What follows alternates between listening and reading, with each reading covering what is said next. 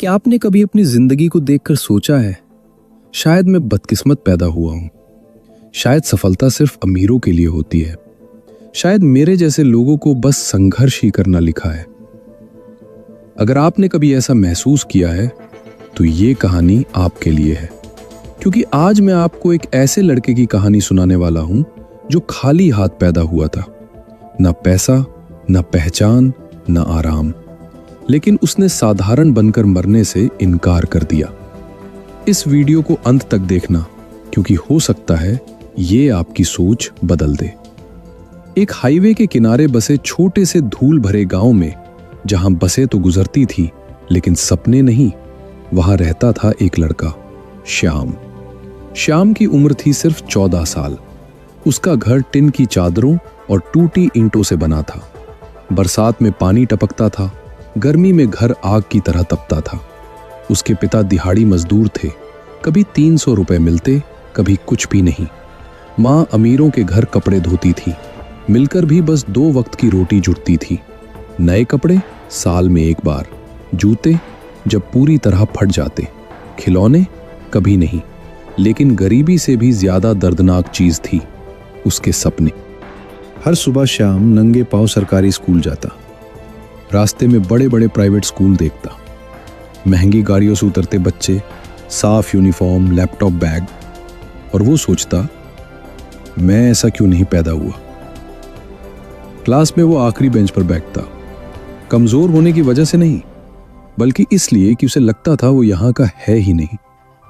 कुछ बच्चे मजाक उड़ाते, अरे फटे बैग वाला, मेरी कॉपी मत छू, तू तो जिंदगी भर गरीब ही रहेगा। वो बाहर से मुस्कुरा देता, लेकिन अंदर हर शब्द चाकू की तरह चुभता। रात को वो सड़क की लाइट के नीचे पड़ता, क्योंकि घर में बिजली नहीं थी। मच्छर, शोर, ठंडी हवा, फिर भी किताब खोलता, क्योंकि वो मानता था पढ़ाई ही मेरी आजादी का रास्ता है। जब श्याम 16 साल का हुआ, एक दिन उसके पिता काम पर गिर पड़े, थकावट से। इलाज के लिए पैसे नहीं थे। डॉक्टर ने कहा, आराम नहीं किया तो ज्यादा दिन नहीं बचेंगे। उस रात श्याम ने अपने माता पिता को फुसफुसाते सुना, शायद इसे स्कूल छोड़कर काम करना पड़े। मां रो रही थी। पैसों की जरूरत है, पिता बोले। श्याम की आंखों में आंसू थे। क्या यही खत्म हो जाएंगे उसके सपने?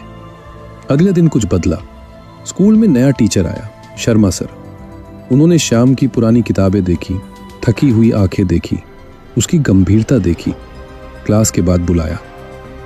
इतनी मेहनत क्यों करता है बेटा? उन्होंने पूछा।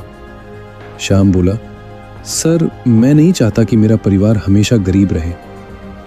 शर्मा सर ने उसे देर तक देखा, फिर बोले, सुबह 5:30 बजे स्कूल आना, मैं तुम्हें फ्री पढ़ाऊंगा। श्याम चौंक गया। मुझे ही क्यों सर? क्योंकि तेरी आंखों में आग है, सर बोले। अगले दिन से उसकी जिंदगी बदल रही। सुबह 5 बजे उठता, हैंडपंप पर मुंह धोता, किताब उठाता, 2 किलोमीटर पैदल स्कूल जाता। 5:30 से 7:30 मैथ्स, साइंस, इंग्लिश और आत्मविश्वास। फिर घर, मां की मदद, स्कूल, रात को फिर पढ़ाई, नींद 5 घंटे, मनोरंजन शून्य, दोस्त कोई नहीं, सिर्फ एक सपना, अपने परिवार की किस्मत बदलनी है। पहला महीना बहुत मुश्किल था। नींद आती थी, पैर दुखते थे, छोड़ देने का मन करता था। फिर पिता का कमजोर चेहरा याद आता और वो फिर उठ खड़ा होता। 3 महीने, 6 महीने। अब श्याम साधारण नहीं था, वो टॉपर बनने लगा। टीचर हैरान, मजाक उड़ाने वाले चुप। 12वीं में स्कूल टॉपर, सरकारी स्कॉलरशिप, टॉप इंजीनियरिंग कॉलेज में एडमिशन। पहली बार हॉस्टल देखा, साफ बिस्तर, पंखा, लाइट। उस रात वो रोया, दुख से नहीं, आभार से। कॉलेज आसान नहीं था, अमीर बच्चे, तेज दिमाग, भारी कंपटीशन, लेकिन श्याम संघर्ष सीख चुका था। 6 घंटे पढ़ाई, इंटर्नशिप, ऑनलाइन कोडिंग। जब बाकी पार्टी करते वो तैयारी करता। 4 साल बाद मल्टीनेशनल कंपनी में जॉब, पैकेज 12 लाख रुपए। जो कभी स्ट्रीट लाइट में पढ़ता था, आज एसी ऑफिस में बैठता है। पहली सैलरी, घर गया, माँ के हाथ में रखी, बोला, माँ अब हम आजाद हैं। नया घर, पिता का इलाज, भूख खत्म। आज शाम की अपनी कंपनी है। वो गरीब बच्चों को स्कॉलरशिप देता है। हर साल स्कूल जाता है और कहता है, मैं गरीब पैदा हुआ था लेकिन गरीब मरने से इनकार कर दिया। दोस्तों, इस कहानी से एक बात साफ है, आपकी हार जन्म से तय नहीं होती, आपकी हार बहानों से होती है।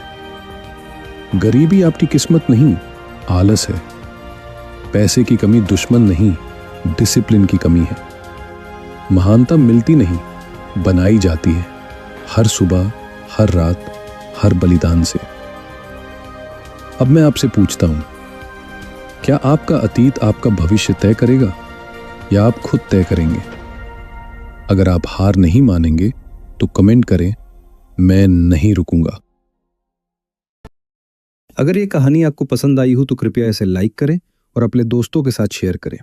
ऐसी ही और प्रेरणादायक कहानियां पाने के लिए हमारे चैनल को सब्सक्राइब करना ना भूलें।